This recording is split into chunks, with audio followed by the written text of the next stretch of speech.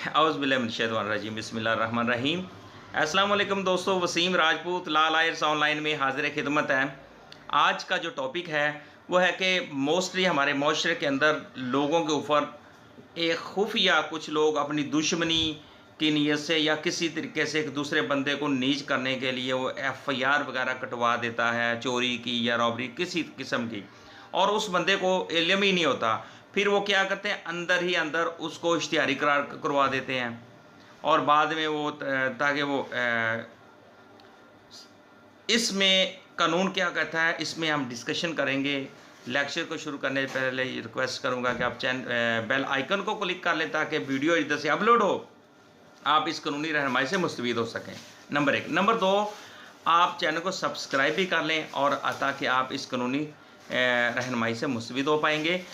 अगर किसी शख्स के ऊपर एफआईआर हो जाती है, पर्चा हो जाता है, पर्चा कट जाता है, एफआईआर लॉन्च हो जाती है, मगर इसे इस एफआईआर का इल्म ही नहीं होता, इसको इस एफआईआर का, इस पर्चे का उसको इल्म ही नहीं, उसने वो ऑफेंस ही नहीं किया, तो ऐसे शख्स को इश्तिहारी करार नहीं दिया जा सकता।